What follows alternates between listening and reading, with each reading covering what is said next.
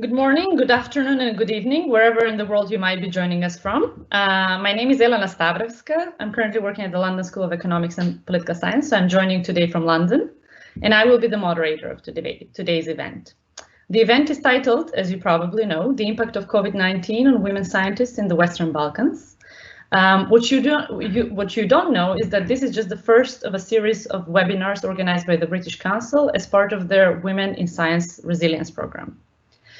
So the COVID-19 pandemic and the consequent public health response of lockdowns and curfews has brought into sharp relief the constraints faced by women in academia across the board.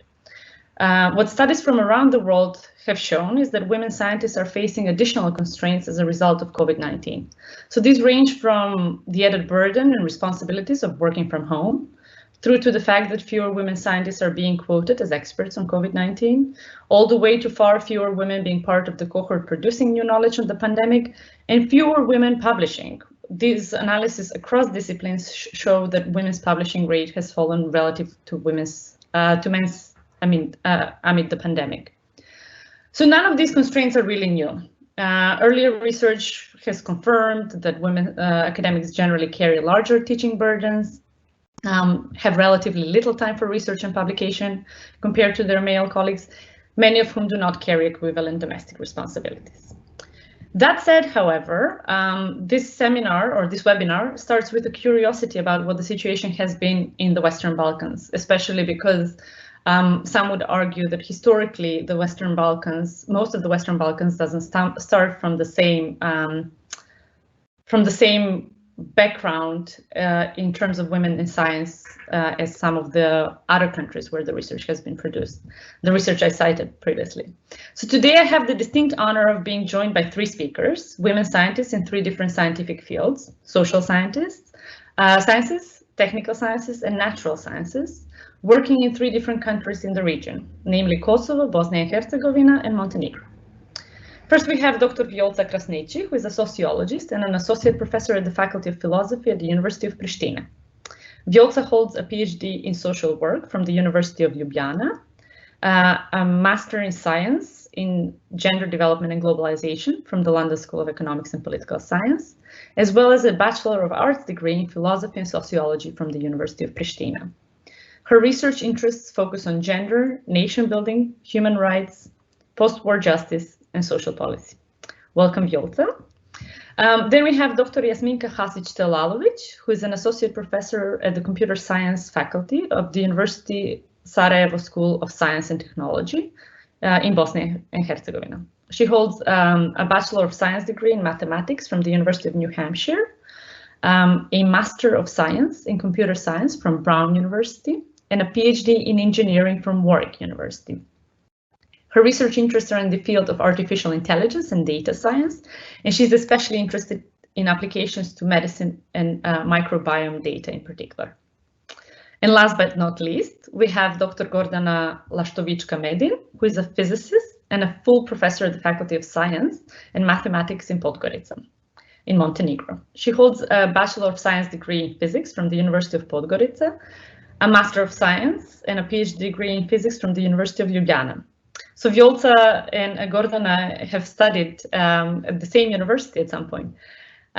She completed her postdoctoral studies at Humboldt University in Berlin, and Gordana's current research interests are in high energy physics. She's also leading Montenegro's participation in scientific collaboration RD50 at the European Organization for Nuclear Research, also known as CERN. Now, before we get started, a couple of housekeeping rules.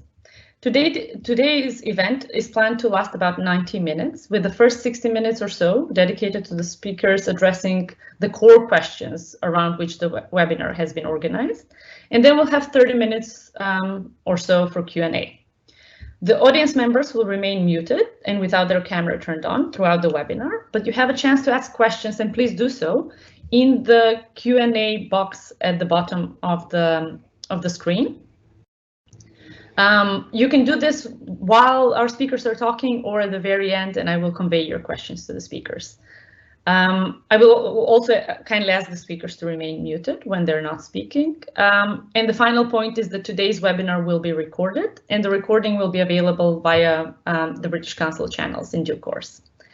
Now, without further ado, let's get started.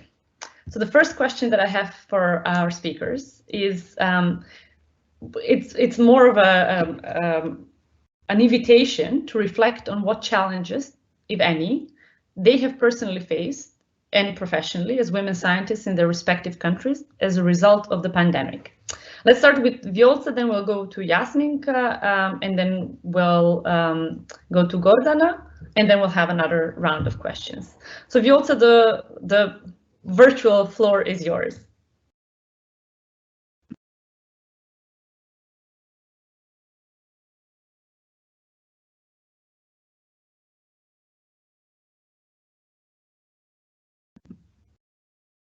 Viola?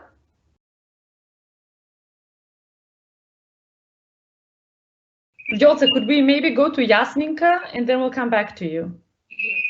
Yes. Jasminka, is that okay? Sure, of course. Okay. Yes, I can try. If my connection is gonna withheld. Yes, so thank you very much for the invitation to be a person to speak at this wonderful forum. First of all, I'm so happy to meet all these wonderful ladies from the region who have this interest to support women in science. And I'm always also happy to talk about science, and I'm always also happy to talk about what we can do to empower more women to make greater scientific contribution and get recognized for their scientific contributions. Can you hear me fine? Is my connection withholding? Yes? Okay, perfect. Okay, so to start off, the question is, how has this challenge that we are all going through influenced me personally? So in terms of what's happening, in Bosnia and Herzegovina, well, the thing is, it's hard to talk about how the situation has influenced the women scientists before we talk about first how it has influenced science in general. In terms of everything is pretty much the same, in terms of not being able to travel around, so we cannot network, we cannot go to conferences and so forth. The additional challenge that has been posed to us is that we have this local funding that's available for research, and unfortunately, due to the situation, the funding has been greatly reduced, and most of it has been given to cover the costs of having a lockdown and having cover the salaries of people and who haven't been able to make anything during this pandemic. So it's really harder to find the funding, and of course I can tell you in the previous year when we did have the full funding, we don't have gendered analysis of the data when the funding is given out, but I took the data myself and I performed the gender analysis. So there was a group of projects that had been awarded the funding, then there was a group of projects who passed the threshold but were not awarded the funding, and then there were groups of projects that did not even meet the threshold. So then when you look at the projects that did receive the funding, the majority are male, while the projects that did pass the threshold, they did have all the components that were needed, but like some subjective evaluation that was never explained anywhere, majority of those were female projects, So I was hoping, that in this new funding, we would be able to go more with this gender mainstreaming and these kinds of statistics where we would be able to uncover these possible biases. But this, is of course not on the agenda. There is like far more important problems at this point. And then maybe personally, how this pandemic has influenced my research work. So on March 10th, which was the last possible day it was legal, I managed to organize the Women in Data Science conference in Sarajevo. So the Women in Data Science is this association from Stanford University, where they try to network and bring awareness to opportunities to women in data science. So we managed to organize this great event where we created good base for discussion on data science, but also give visibility to wonderful women who are performing great work in industry, in academia, but also in our governmental organizations, applying data science to create great solutions for us. But then, the pandemic has started, and so what I personally managed to do is organize the first general data science conference. It was organized within the Mediterranean Forum just past October.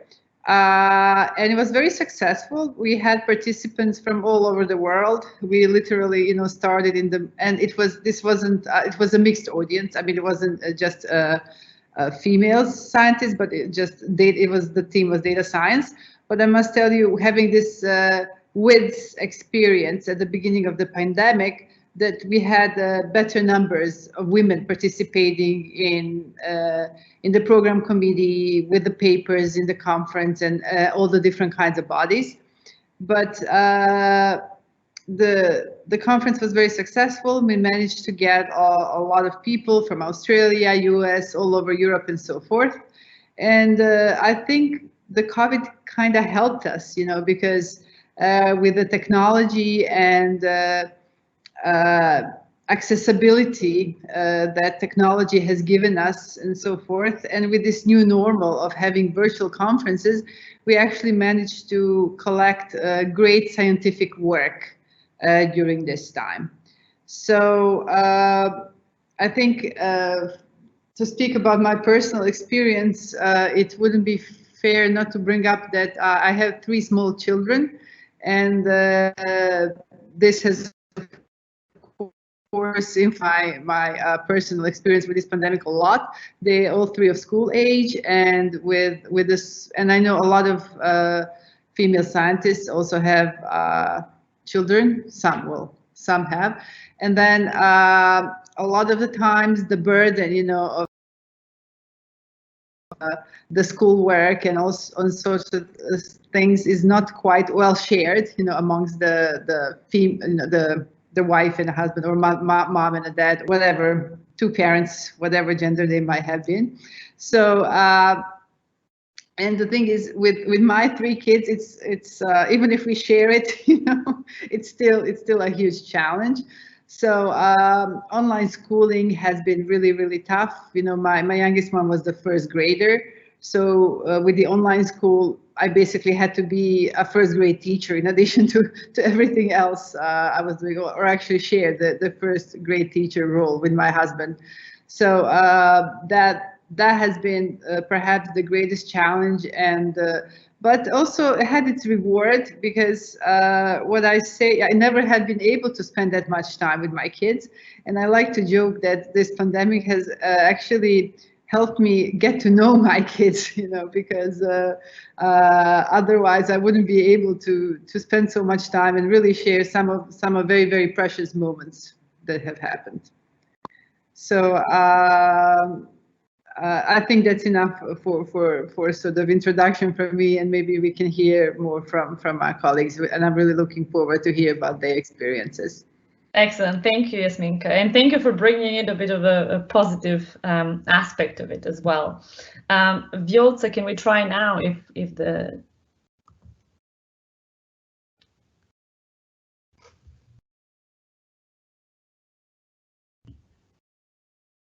Okay, Gordana, let's go to you now, if that's okay, and then we'll come back to Viola in the end. Well, thank you for invitation to join this wonderful panel.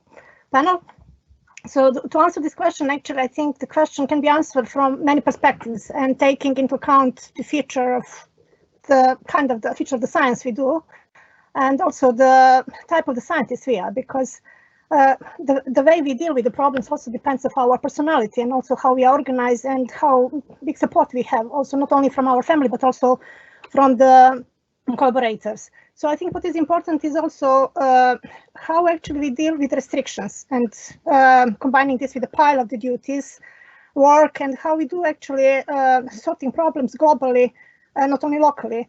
And I think that all my life, actually, I'm mastering how to fix problems, partially because I'm coming from the Balkan. We had a lot of problems during the past, and not to accept limits, moved boundaries and challenging, which actually our society is imposed globally and also locally, or because we belong to some national borders or because of our past. But also, I think we are also a little bit struggling by rigidity of our countries, and sometimes with not really openness or open minds of those who has power to decide. So I think what is very important to have a growth mindset when we are dealing with the problems, and also to accept that as a woman we have to balance, also to give priority sometimes to our children, and that when we fail and we think that we fail, actually it's not failure, it is just another path we are growing up with our children and with the circumstances. So I think whenever it is going, and if it is not as we would like in our scientific projects or in science, I think we have just to take it as another advantage or another opportunity to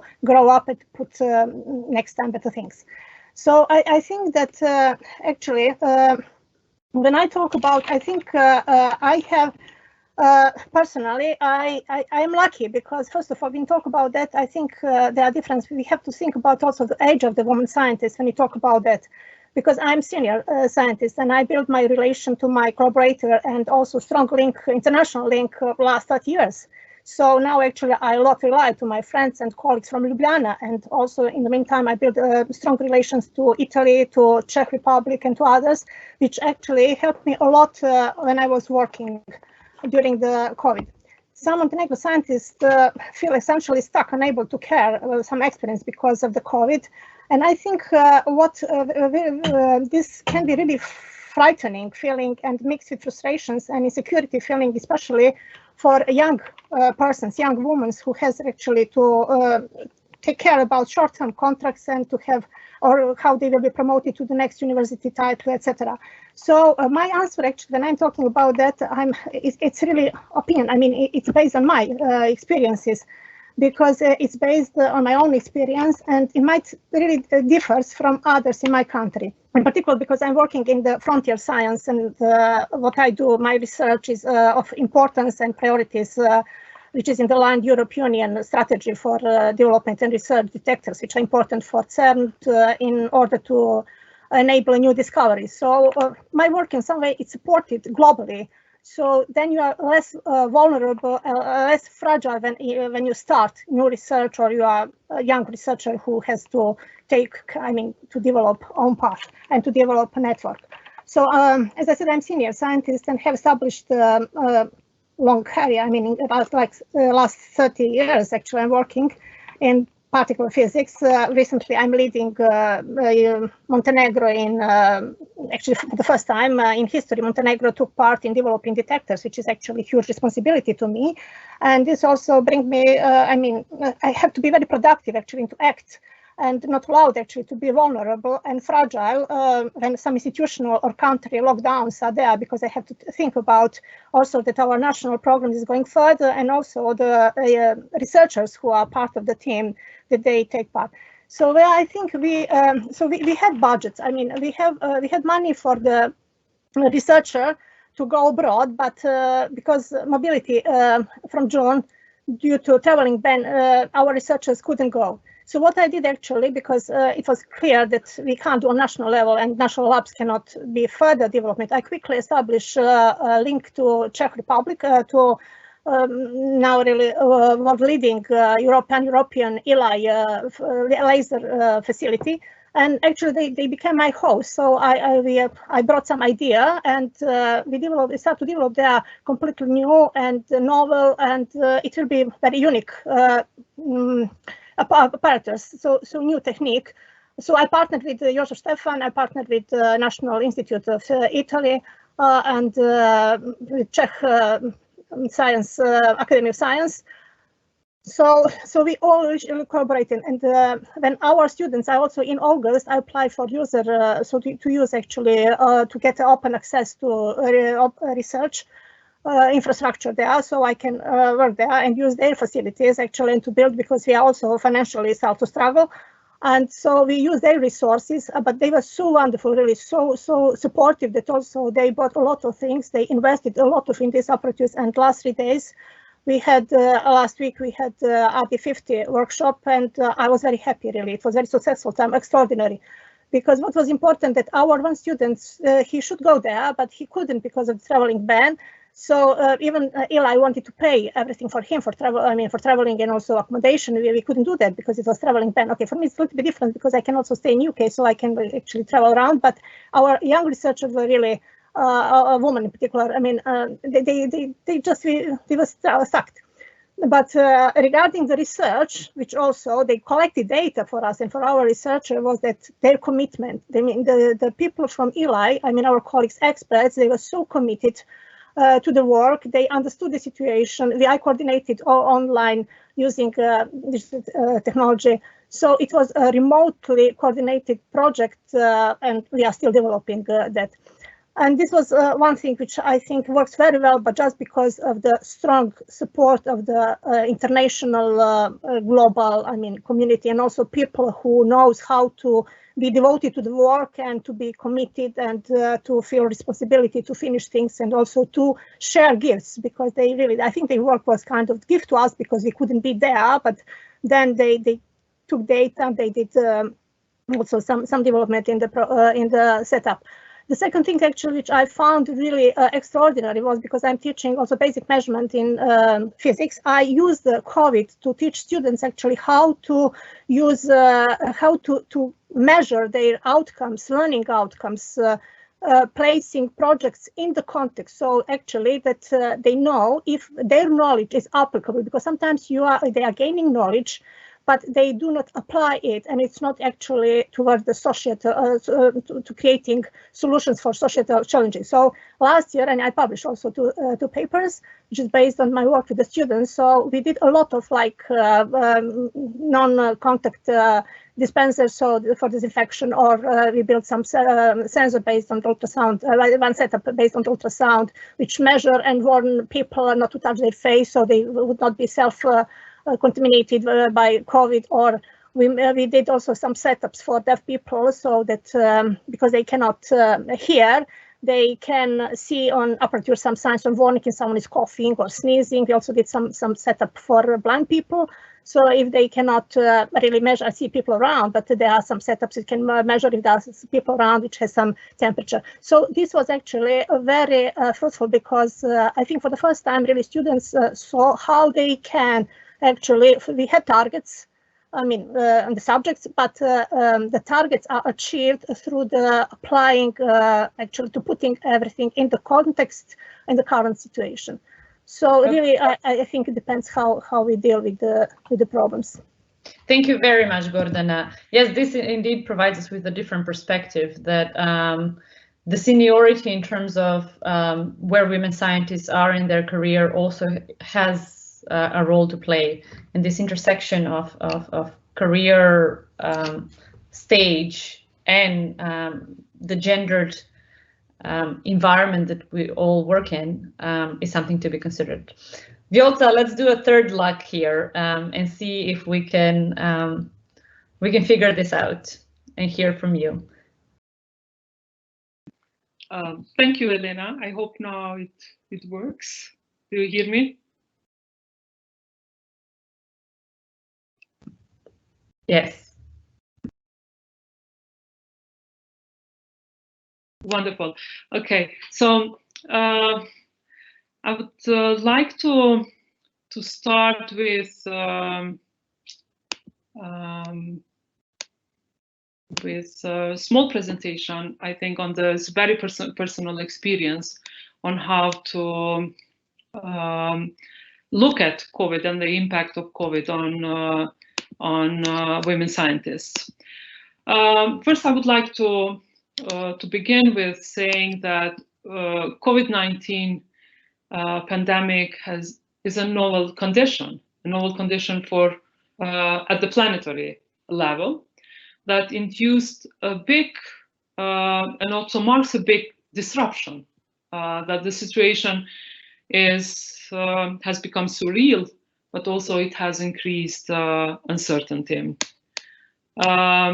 Perhaps the personal experience since March 2020 until today has been the one between balance and adaptation. So how to find the balance between teaching and the research, home life, and also from the new rules that are imposed by the COVID-19 pandemic.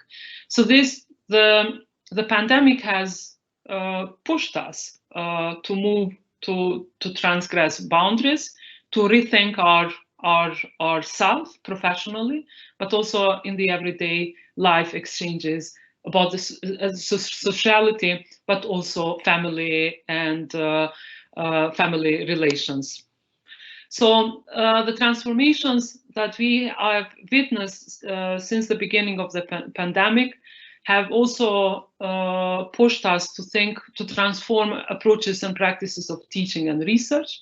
And the bigger change, I think, also as the previous speakers have pointed out, has been the shift from teaching in person and class-based to remote web-based modes.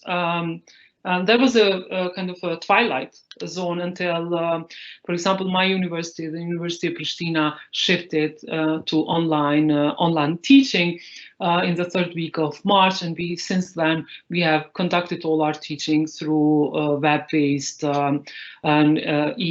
web-based platforms. So second, I think, is that not only that you switch technologically in the way how you conduct your teaching and also research, but in the context of teaching, you have to readapt, to redesign approaches and strategies for online classrooms, because as it is, this has been a totally new novel condition and novel that applied, that we also have to reconsider and to adapt and redesign approaches and strategies to teaching. So to rethink approaches and strategies to achieve learning outcomes and also to address the needs of students and their communities, because COVID-19 has shown us that the university cannot live in its own bubble, but the university has to engage also through different with publics within the society, and also to address the needs of students, but also of their communities. So.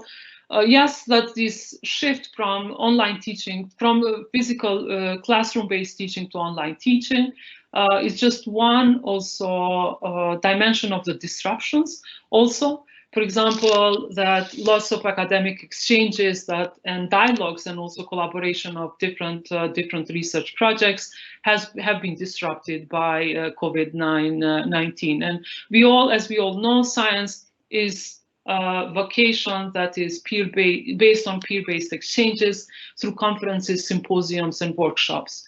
Lockdown and social distancing has worked against that. For me personally, several events like conferences, panels, symposiums were cancelled from March 2020 to date. I think a couple of them that were events to take place either in Europe or the United States. So I have never experienced this before, and also as the life of academic is also to engage in dialogue and discussions with your peers around the world on the issues and themes that we deal with. So the inability to participate to annual conferences or for work has been one of the biggest disruptions.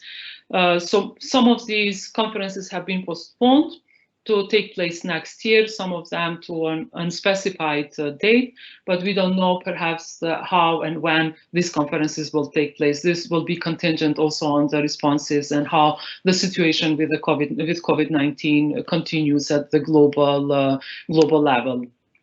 Another I think way in how, from my personal experience, and I think this also the previous speakers have pointed out, is also this blurring of the private and the public space, so that the classroom becomes the home, and the home also an office. So, and practically today, for example, for this webinar, I'm at my home. So my home has become a room for conferences, webinars, classrooms, and many other academic and professional activities.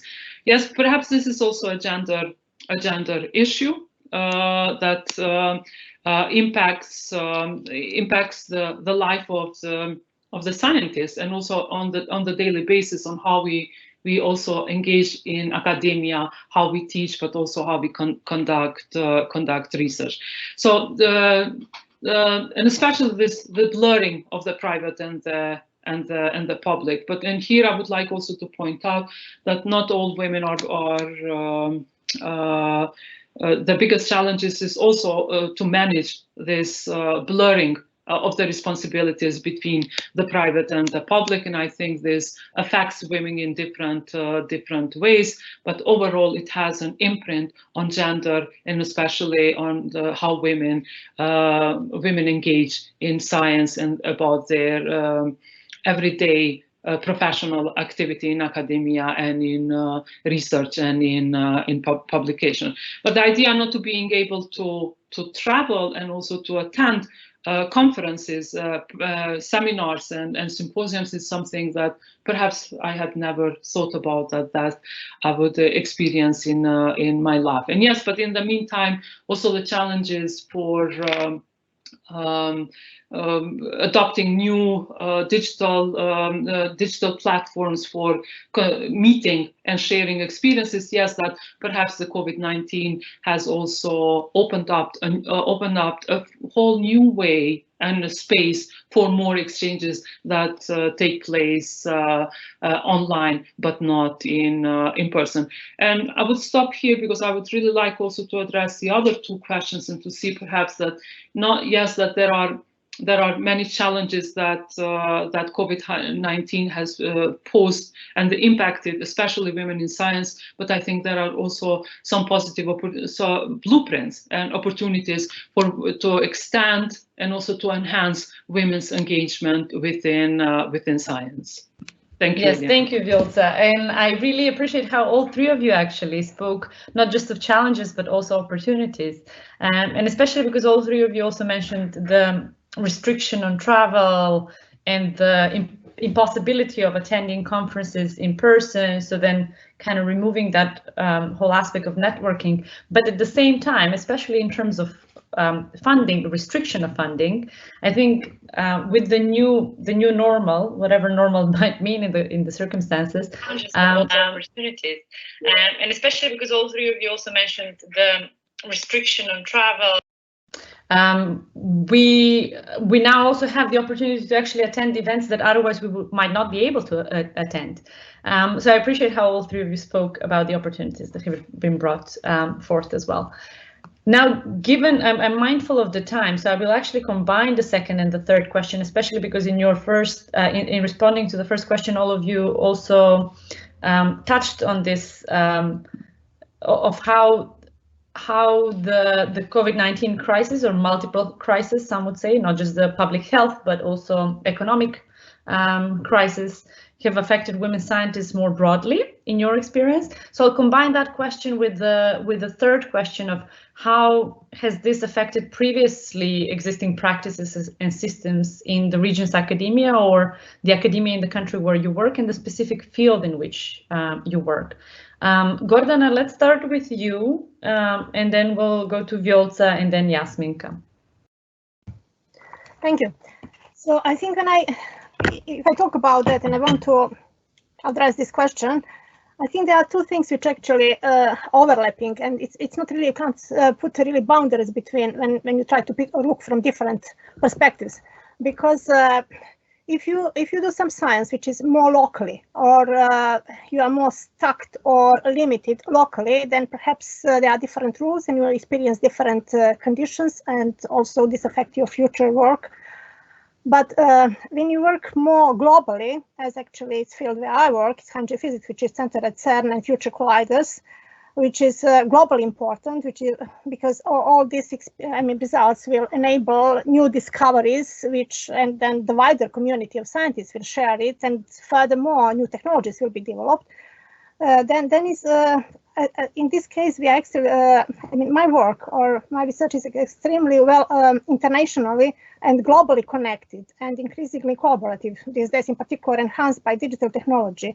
So actually this enable me, my female students or female researcher, to work remotely and coordinate, even building new setups, and put further actually new ideas, which are also very expensive, but with help of others, you can build it if you know how to mobilize resources. So I think what I learned from all this, if I'm reflective on all this, I think what is important actually that COVID give me time actually to be reflective, to see actually how to make actually very effective your time, cost effective, and how to be efficient, and how quickly to mobilize resources and utilize all potential opportunities which you have if you want to reach somewhere. So I think what women has to learn, females, and I'm trying to also to show this example to my students, that what is important actually that we should not play on the fragility. I mean, we have actually to act.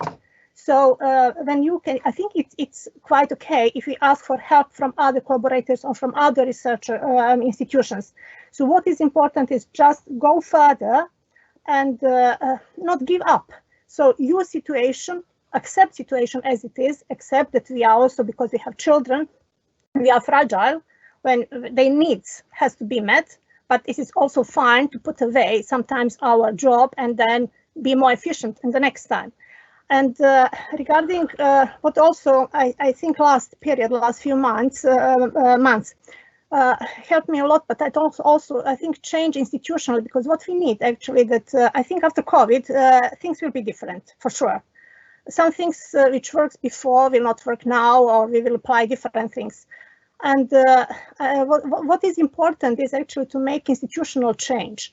And what I saw that our students, female, which actually we have mostly female students in physics, interesting, they became more entrepreneurially oriented. So when we start to do these projects, which are actually showing some setup which can be used, their self-esteem was increased.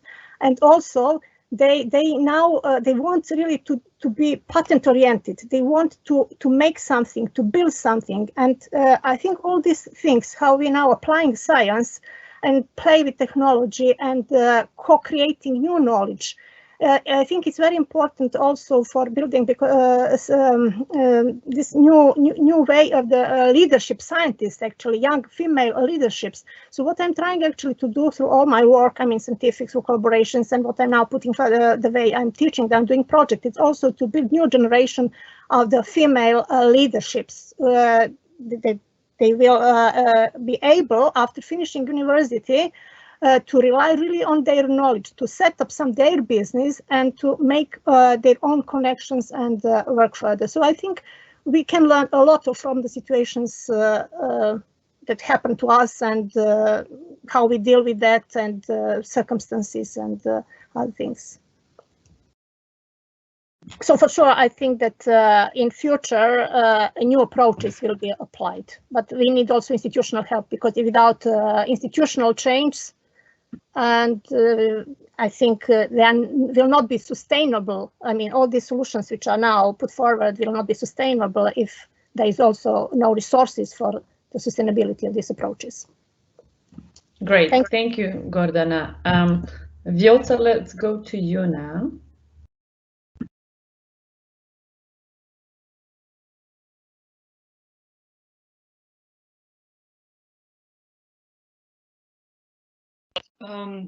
Yes, I would like to say that about your second question, Elena, that how COVID-19 crisis affected women scientists' work.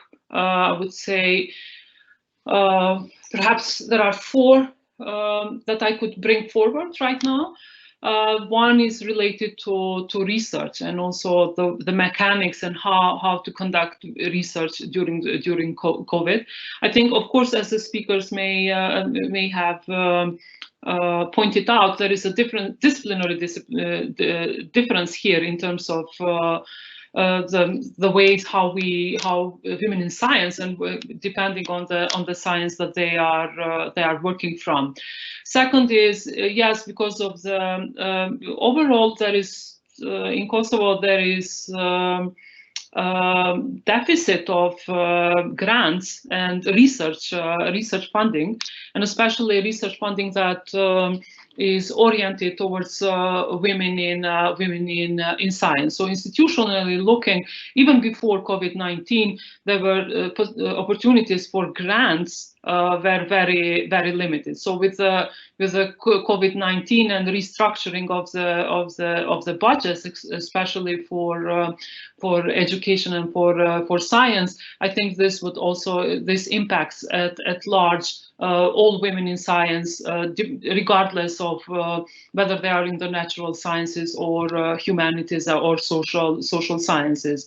So one of the challenges and the impacts also was in terms of conducting research, and also the ways of data collection. For example, from the perspective of disciplinary perspectives of the, let's say, qualitative methodologies in social sciences, I think this also, the COVID-19 may have had an impact on women within social sciences who work within that research paradigm. And secondly, if the research is delayed, if there is no funding, this has also a direct impact on publications, and publications, as we know, impact also promotion of women within academia, because it's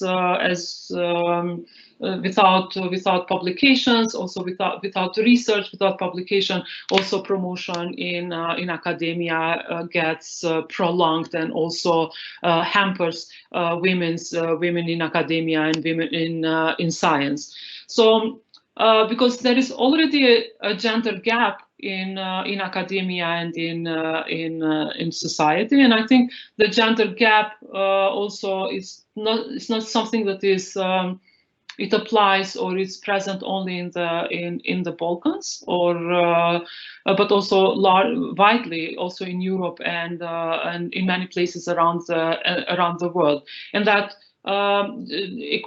gender equality in academia and gender equality also in science is an issue that is being also addressed by many different institutions nationally, but also at the transnational and global level.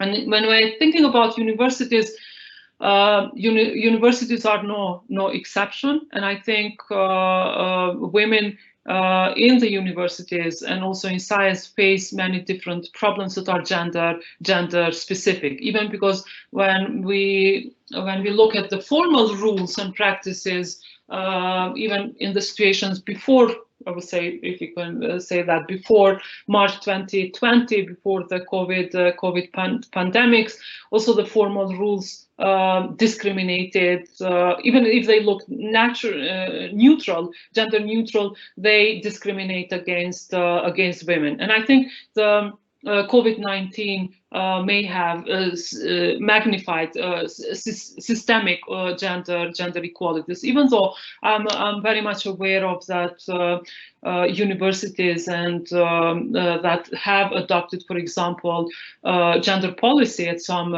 level, but very often that only remains in the realm of the formal rules, but is not being implemented. So I think this if until COVID-19, we were discussing about how to close the gap, the gender gap in science and gender gap in academia. Now, since March 2020, now we have to reconsider also what this gender gap meant, and also in what way COVID-19 may have deepened or may have also shifted in some way the gender gap.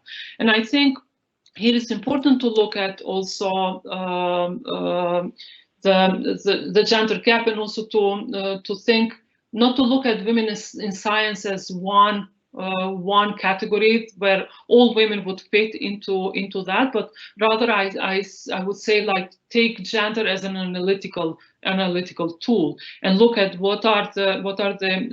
how do analysis of the system from the gender perspective, and also see where different women are positioned in science and also in academia, because the impact of COVID-19 and the challenges for women in science may be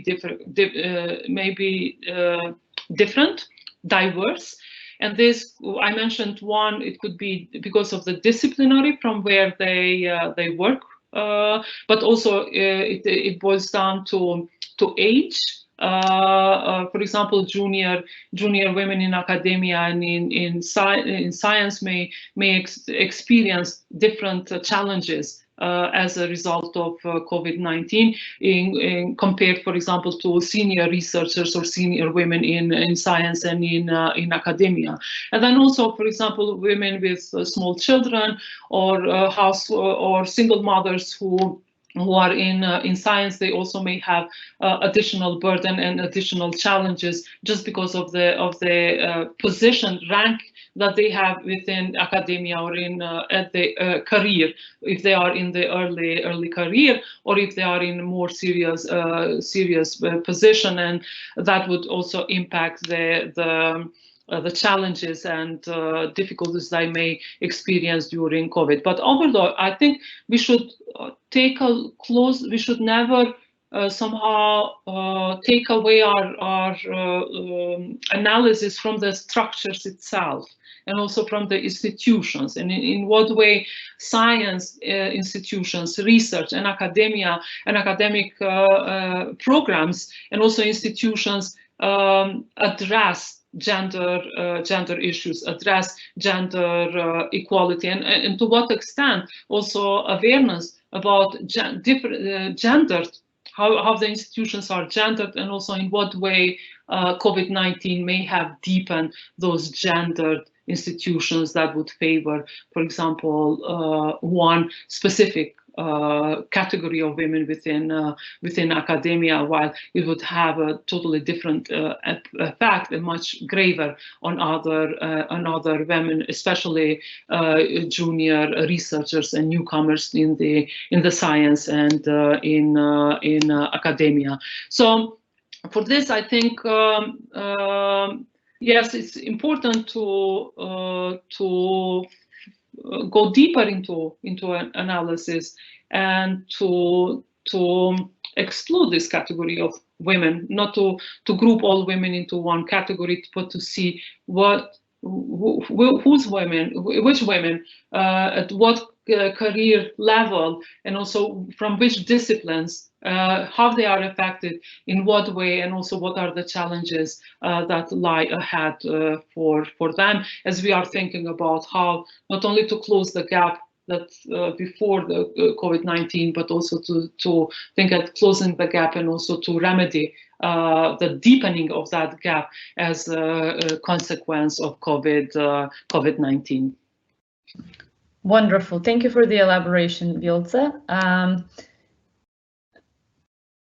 So, Yasminka, the same question to you before we go to the Q&A. Mm-hmm. I mean, you can address whichever aspect of the two questions combined. Mm-hmm. Let's hear your perspective. So yeah, wonderful to hear from my colleagues and their different perspectives. They're raising all sorts of issues in my head as well. But what I was thinking, I think it's it's too early. We don't have analyzed evidence to speak about how this pandemic has really influenced the female scientists. We have previous experiences, we have previous studies, and we have sort of hypotheses where we think, you know, what could have influenced in a positive and negative way. But for example, in computer science, you know, we also talked about Balkans perhaps not being the worst of the you know world, and we have quite a few actually young females that are entering, and actually in Bosnia this number, we have almost parity in terms of students at the undergraduate level, and we have these wonderful educated computer scientists, and they very at this higher positions in either academia or in industry. We somehow, you know, educate them. They have these great skills, but we lose them, right? But now the question is, how has this new normal influenced? You know, what can we expect to happen? And in computer science, well, I think for gender in general, but you know, I always kind of try to limit myself to my own experience. This unconscious bias is really what makes a huge difference, because you will find it will be really hard to find in any of our universities any rules that you could pinpoint to be explicitly biased, you know, towards any gender. But then when it comes to implementation of the different policies, different activities, and if you do any kind of gendered analysis, you see that there's bias, you know. And the new normal, we use a lot of technology, we leave a lot of traces around of what's happening. So basically, even today's event, you know, we know how many people have been present, how many male, how many females. When we're teaching, you know, we know a lot more. We can, you know, record a lot more about what has happened during our class rather than when we are doing it in person. Also at the conferences. So what I'm aiming as that we're leaving a lot of data, and I think this data is really invaluable for us to analyze this current situation, analyze the current trends. And I think what is important is that we always put in any sort of analysis always this gender component, to not just see, you know, how this conference has functioned, but then how has it functioned from a female and male perspective, and whether the females have equal contribution, way to participate, and all of these things. So you know, fortunately, unfortunately for me, depends on what the situation, but I'm always an optimist, you know, and in every crisis I see an opportunity. So I'm hoping that now the data that we gather about how we have behaved in these times can actually help us to discover the patterns that would help this great female talent that we don't utilize in our communities, and most of the time goes to waste and not to better all our lives. So they will come up with the new ways to utilize it and make the world a better place. So that's all I wanted to say, actually. Great, thank you very much. I really appreciate how you all highlight different aspects from your respective fields. So indeed, actually, now we not only have more data, but we have data that can much more easily be disaggregated. Thank you for pointing that out, Jasminka, and the importance of a gender analysis, as Viola was saying, of this data as well. Right. So now I will move on to the Q&A. We have a couple of questions. I will start with a question from Nina, who asks, how can this experience be used to push forward digitalization and greater accessibility of scientific resources and education? I will ask each of you to maybe reflect on it for about 5 minutes. I'll start with Viola first, and then Gordana, and then Jasminka, if that's okay. That's fine. Yes. And then Gordana, and then Jasminka, if that's okay. Okay, thank you. Thank you.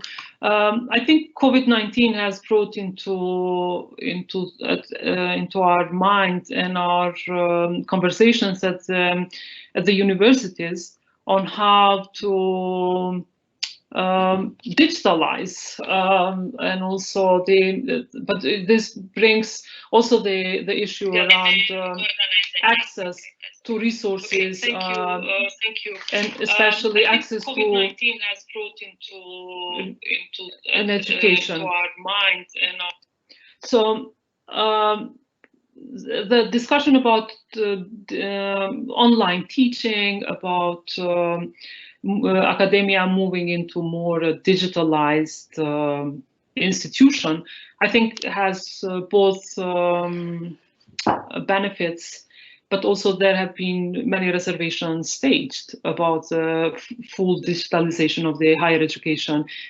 system. If I would say for myself that I am in favor of classroom-based teaching, that I see a value in education that is face-to-face and that happens in the real time, in real work, and also at the centers. Physical classrooms.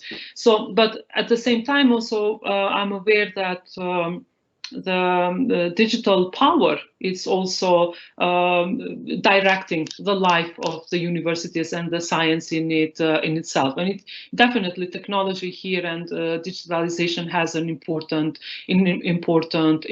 role. So, but the question is about the access to digital sources, access to online sources. I think the positive transformation, I think, is that more and more students, universities, and also the society at large and stakeholders are relying on digital sources. But still, we are very much aware of that access to many of those sources is not free. So it's and this then boils down to the question on how to make that as part of the education policy and science policy and part of the larger public policy to enable that this is distributed equally for all those who are within the higher education sphere, but also in science. What we have seen in COVID, especially on COVID-related medical research and publishing, is really quite something. It's impressive because you see how much of research experience, scientific knowledge, but also how universities and research centers around the world can come together, collaborate, and share research. But this has to be, the issue is how to distribute that equally, so that also countries that have less money for scientific research, that they are be able to catch up and through digitalization and accessibility of scientific resources and education. This is also a call for the governments and for the also European institutions and at large, and the publics at large, to bring education and science into one of the key priorities of the public policy. I mean, science cannot live in itself isolated, but it's also part of the public policy, and the states have the responsibility to make this happen and to provide better resources through digital platforms and more resources on education as the staple of human development and social development, also for the post-COVID recovery response. Great, thank you very much, Viola. Gordana, so the question is, how can this experience be used to push forward digitalization and greater accessibility of scientific resources in education? Let's hear your take on it. I think there is a lot of actual opportunities and a lot of ideas actually we developed some of them already now. I think what I'm going to do, and I plan to initiate, and I hopefully our university will accept it, and we will be supported for that, is actually to for co-creation of some knowledge-based platform for students, actually, which will be shared platforms where they are sharing resources, digital, but also Internet of Things, so that students are easily actually that somehow older students, our generation, they are sharing their knowledge and helping to others.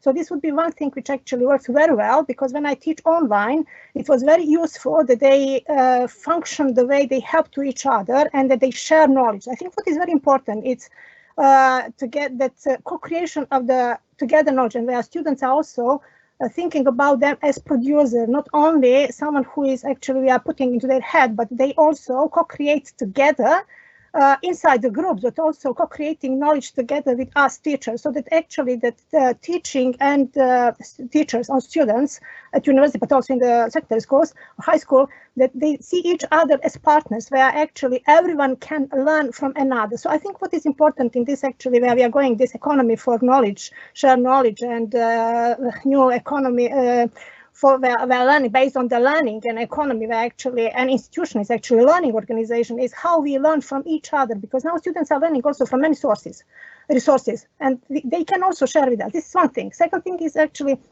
that I think we have to develop, and I found actually that all these big, huge, I mean, rich international research institutes and infrastructures, they are willing really to share their resources. I mean, we also thought about that to make a lot of video materials actually to share and to distribute to other universities. How, for example, because while we built this setup, we found a lot of, I mean, things which we have to learn, and many researchers which are working in the same field, they do not understand how to do that. But when you are doing a video and making this, I mean, presentation, video is good things, and sharing these video materials can help also to other researchers, young females or young people, when they are entering this field to learn more about that, because there's a lot of hidden knowledge which actually they do not gain quickly, or they cannot, and they are, I mean, also because of the background, all universities do not offer the same knowledge to students once they are going abroad, so they sometimes they can be frustrated. So I think this is also one thing where digitalization and all these resources can be used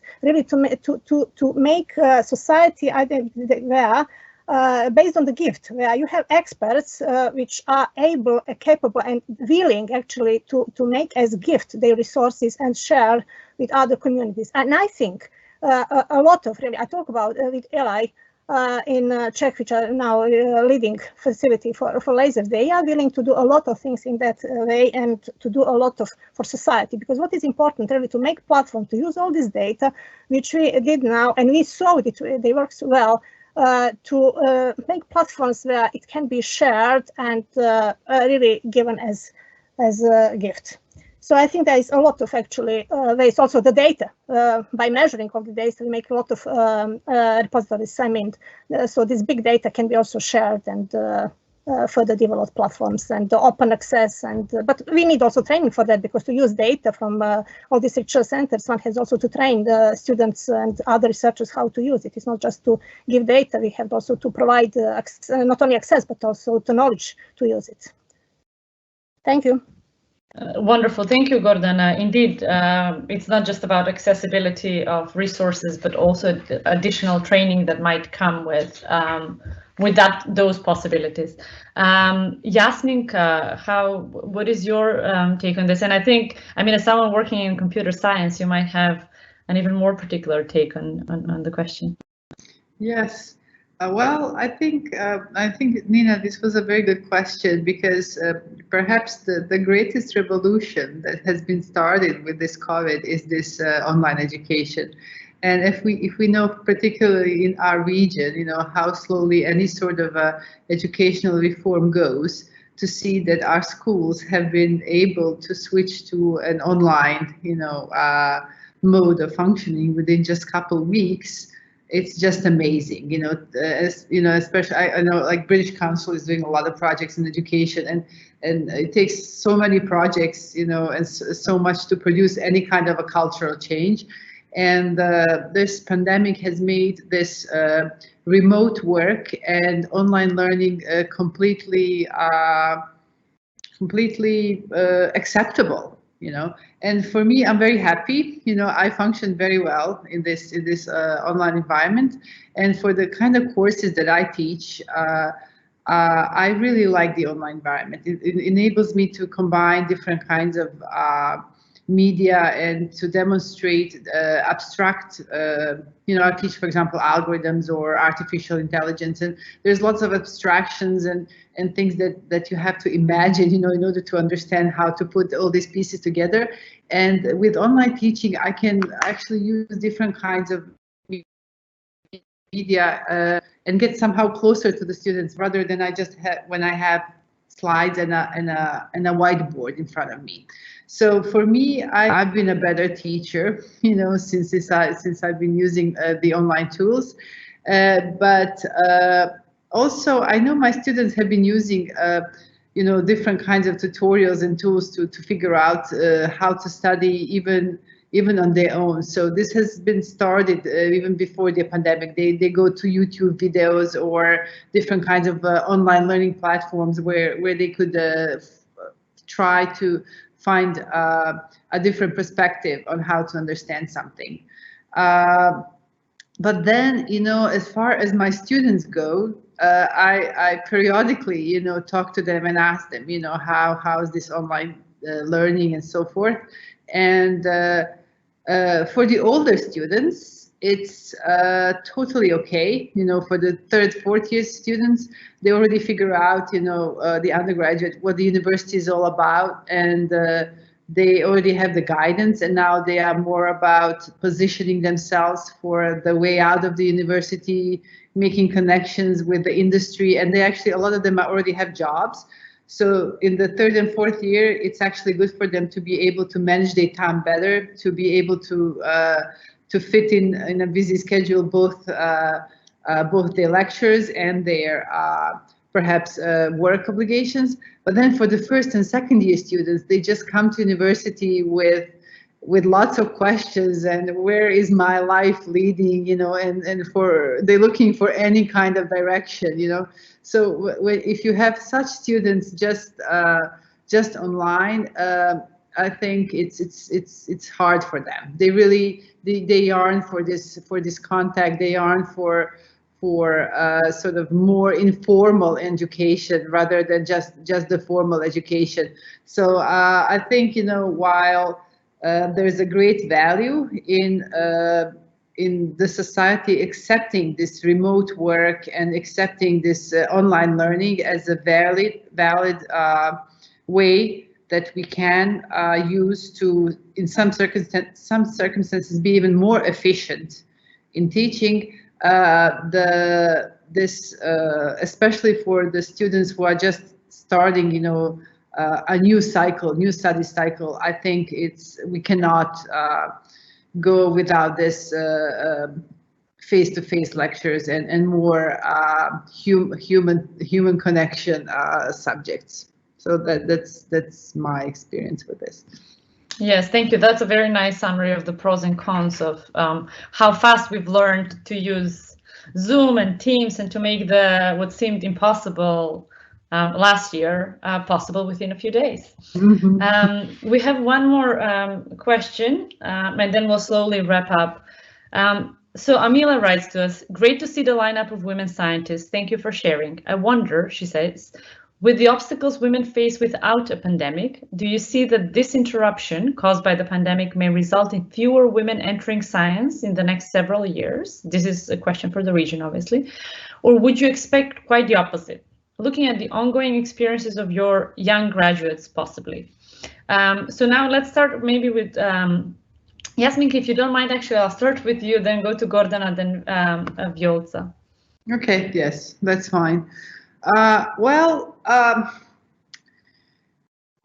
Looking at what makes it harder for women to be in academia, I already mentioned it's not something that is there are no explicit biases, or if there are, we can easily solve those.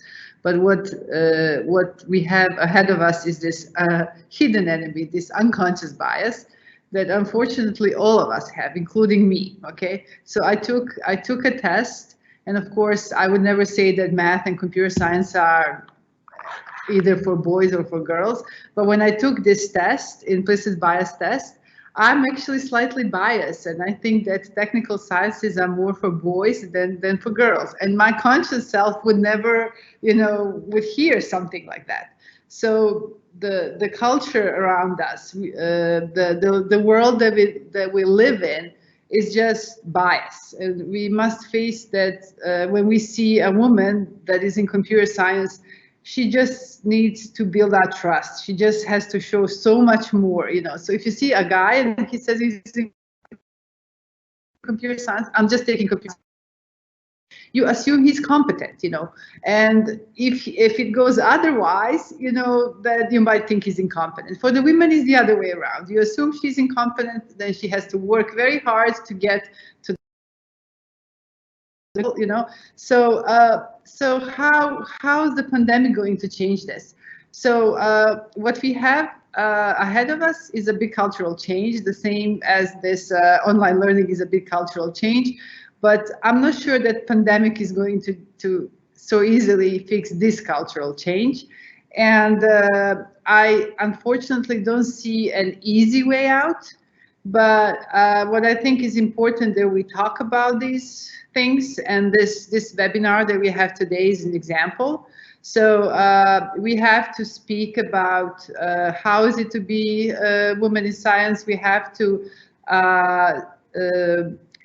I'm great that Gordana said she doesn't have problem with females in physics, which is somehow strange, but that's because they have a great role model in her, So that's one of the most important things. So we just have to keep doing more of this, and actually question the unconscious bias that we all have, and do the data desegregation, do gender mainstreaming, do everything that we possibly can, so we don't lose this female talent. So we have all these wonderful females that are coming, and we just have to make sure there is room for them, basically. Thank you, Jasminka. Gordana? Yeah, it's really difficult to predict what's going to be in the future, but I can say something what actually I see regarding the change in the attitude which I see in the female students. And I agree. I mean, if we want to produce female students who are more competitive and more self-contained, we need to give them competencies. I think what is important is we are all confident when we have competencies, and also when we achieve some results, it gives us strength to go further. So we need also to, I think, to give to students a way that they build something, show something, apply what they know, and this really give boost. It gives them chance to go further. So actually, what I saw, where I saw the change, and I think what if I can predict and if I can trust my feelings, is that we will have more female who will enter the science, and even this frontier science, which is quite difficult because I mean, for high energy physics, you need really to know the programming, science, engineering. It's becoming more interdisciplinary now. Science is it's not really, it cannot be now in the folders place, but it's boundaries are blurred. So we are now entering the science, which is very not only international, but international oriented, but also very interdisciplinary. So what I saw in the students or attitude students, or what made COVID also partially, is that our female students becomes actually more reflective and more productive. And I think, which I haven't seen this before, but last year in particular, I saw it, but maybe because they were more productive or using chances now, while male students were less prone to do such things or to probe, I don't know, but it could be also. So I saw them actually more risk and action taker now, which is actually good. And also this will remove this cultural bias, I mean, between female and male, and affect actually, because now I saw when I'm speaking to them and when they are actually applying for some projects, or because I always push them to apply or for some projects for students or competitions, etc. I saw actually that they do not look really any excuse that they are females, or that they want any excuse because there is some possible gender gap. So they want actually to do and to get access and to be accepted on the merit base. So they are trying to avoid any excuse, or because they are fragile, or because of the gender issue, or that they are less capable because they are female. And this is good things, because if we raise or cultivate new generation where actually maybe this gender gap or gender issue will not be emphasized, because when you emphasize something, you're also saying that something is wrong with that. So there are two I think, points or two alternate perspectives we can see how to fix it, or how maybe by emphasizing we are all the time showing that something is wrong, that something is different.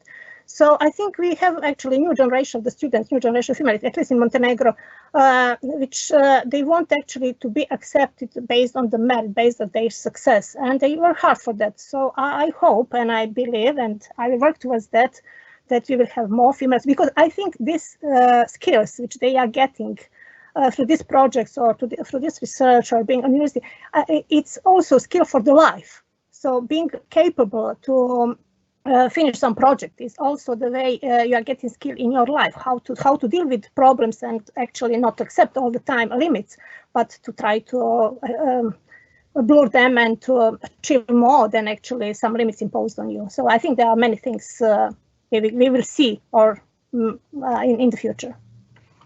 Thank you. Great, thank you, Gordana. And now, Viola.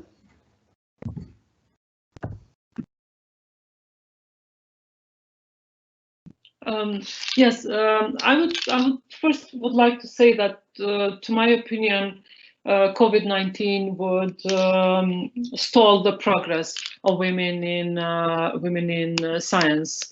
But still, I say this because also, as I referred a couple of times today, women in the higher education and in science already face a bumpy road and the hurdles that they encounter are manifold.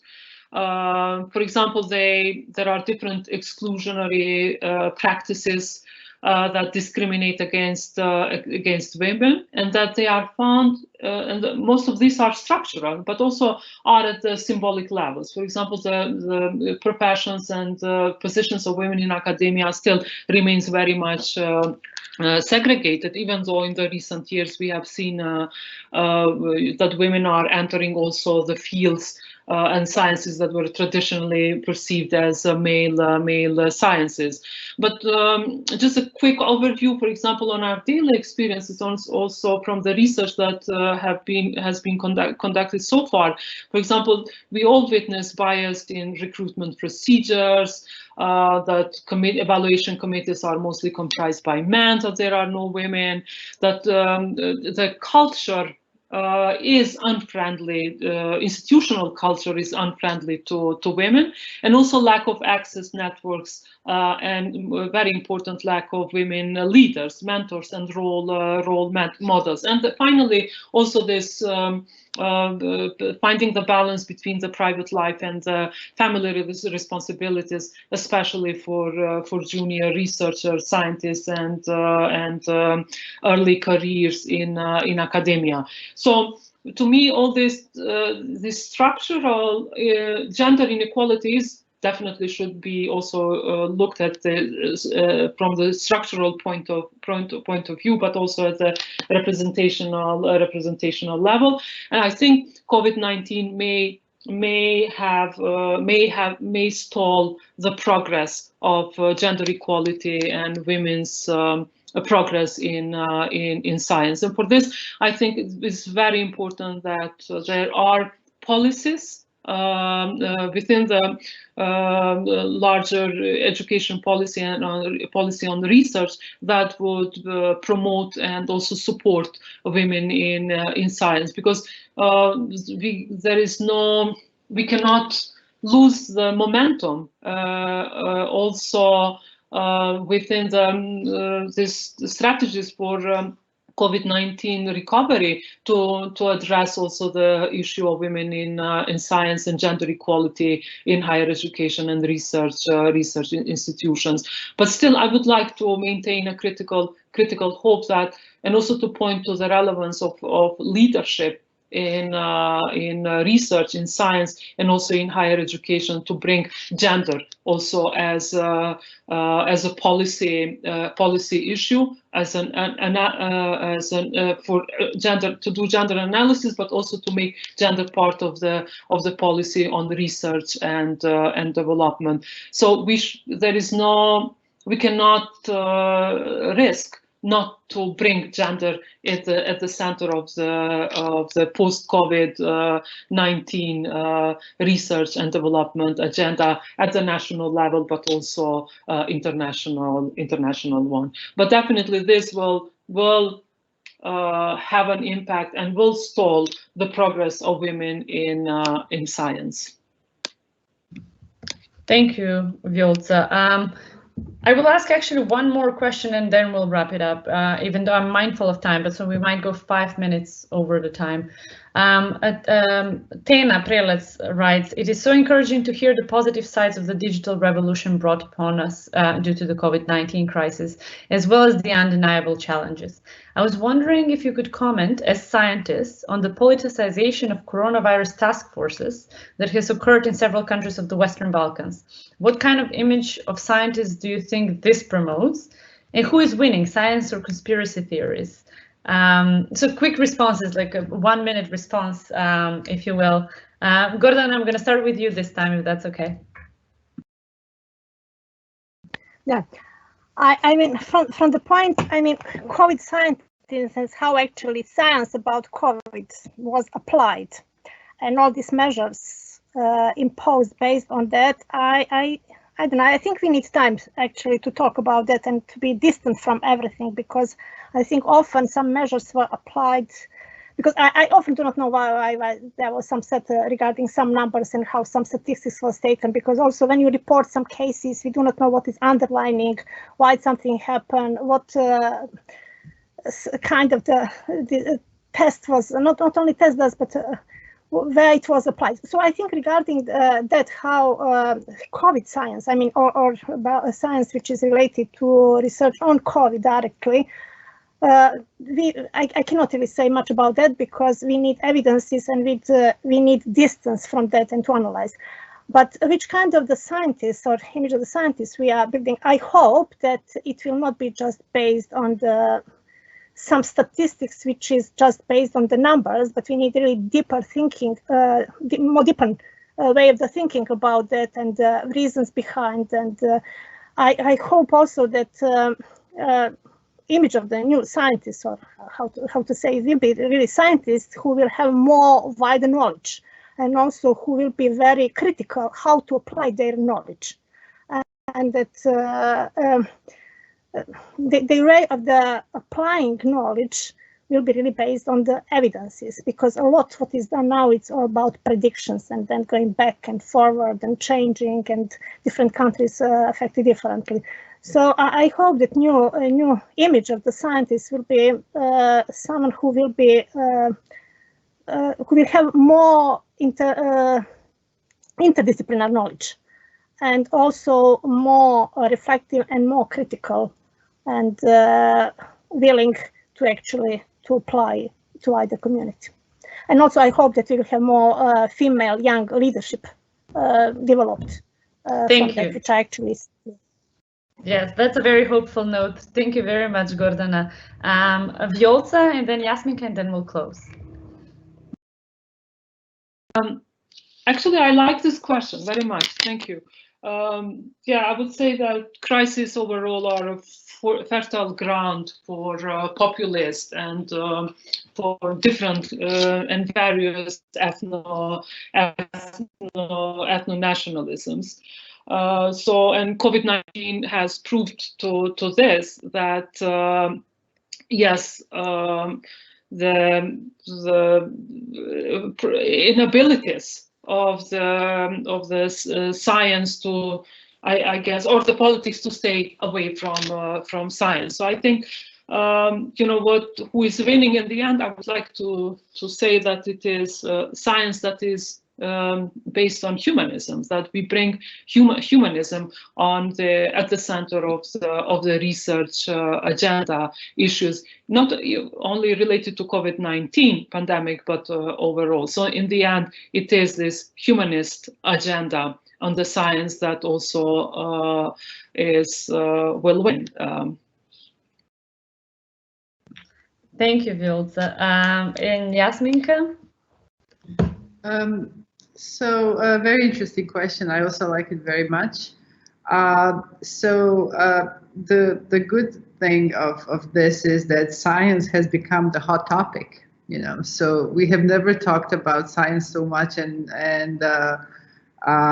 so that's a good thing. I agree. Also, there's lots of good things, but then also bad things, conspiracies, and so forth. But I think there is still good number of voices that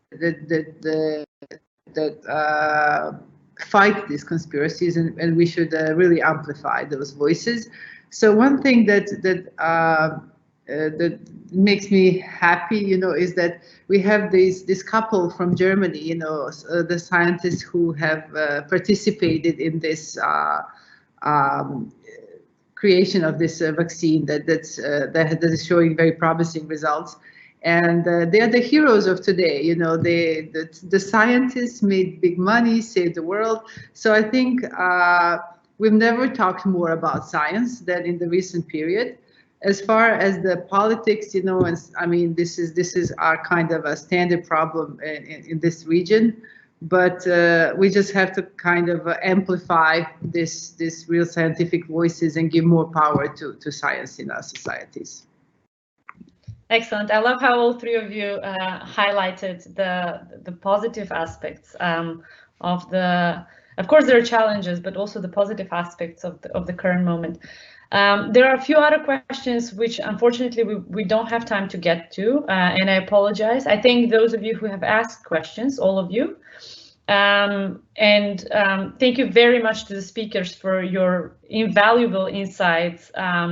For highlighting your experiences and the knowledge that you have been exposed to, and that as well as being such bright examples for women scientists in the region. I want us to close with another, well, maybe a dose of optimism. So I'm going to ask each of you for about 30 minutes to share what is your one hope for a post-COVID world. I will start with Viola. 30 seconds, right? Okay. I will start with Okay.